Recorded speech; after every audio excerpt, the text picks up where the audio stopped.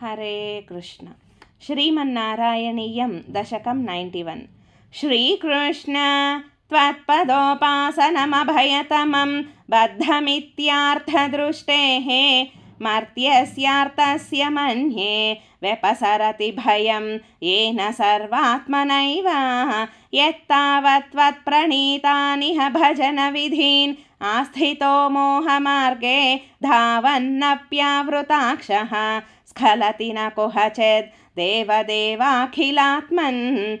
भूमन् कायेन वाचा मुहुरपि मनसा त्वद्बलप्रेरितात्मा यद्यत् कुर्वे समस्तं तदिह परतरे त्वय्यसावर्पयामि जात्यापीह श्वपाकः त्वयि निहितमनः कर्मवागीन्द्रियार्थप्राणो विश्वं पुनेते न तु विमुखमना त्वत्पदाद्विप्रवर्यः भीतिर्नाम द्वितीयाद्भवति ननु मनः कल्पितं च द्वितीयं तेनैक्याभ्यासशीलो हृदयमिह यथाशक्तिबुद्ध्या निरुन्ध्यां माया विद्धेतु तस्मिन् पुनरपि न तथा भाति मायाधिनाथं तं त्वां भक्त्या महत्या सततमनुभजन् ईश भीतिं विजह्यां भक्तेरुत्पत्तिवृद्धि तव चरणजुषां सङ्गमेनैव पुंसाम् आसाद्ये पुण्यभाजां श्रिय इव जगति श्रीमतां सङ्गमेन तत्सङ्गो देव भूयान् मम खलु सततं तन्मुखादुन्मिषद्भिः त्वन्माहात्म्यप्रकारैः भवति च सुदृढा भक्तिरुद्धूतपापा श्रेयो मार्गेषु भक्तावधिकबहुमतिः जन्मकर्माणि भूयो गायन् क्षेमाणि नामान्यपि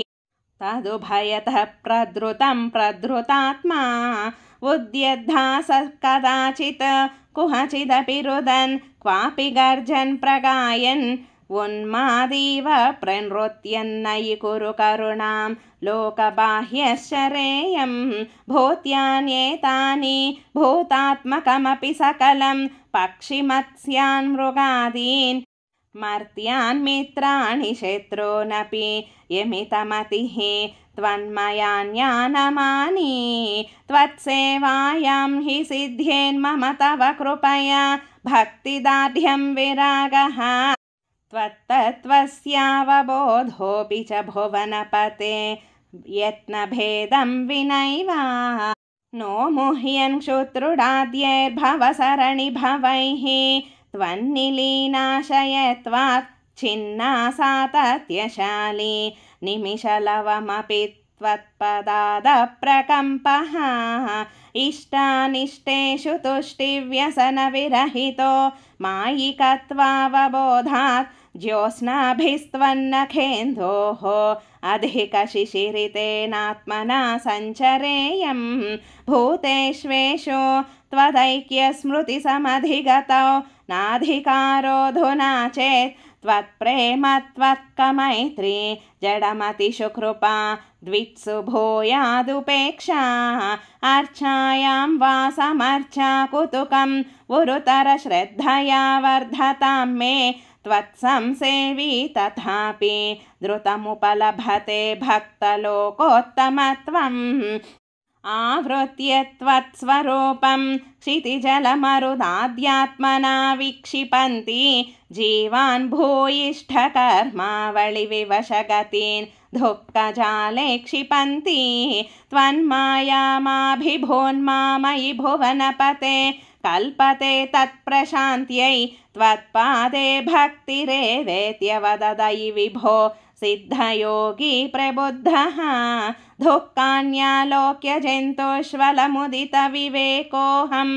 आचार्यवर्यात् लब्ध्वा त्वद्रूपतत्त्वं गुणचरितकथाद्युद्भवद्भक्तिभूमा मायामेनां तरित्वा परमसुखमये त्वत्पदे मोदिताहे तस्यायं पूर्वरङ्गः पवनपुरपते नाशया शेषरोगान् श्रीकृष्णाय परब्रह्मणे नमः। नारायण अखिलगुरो भगवन्नमस्ते।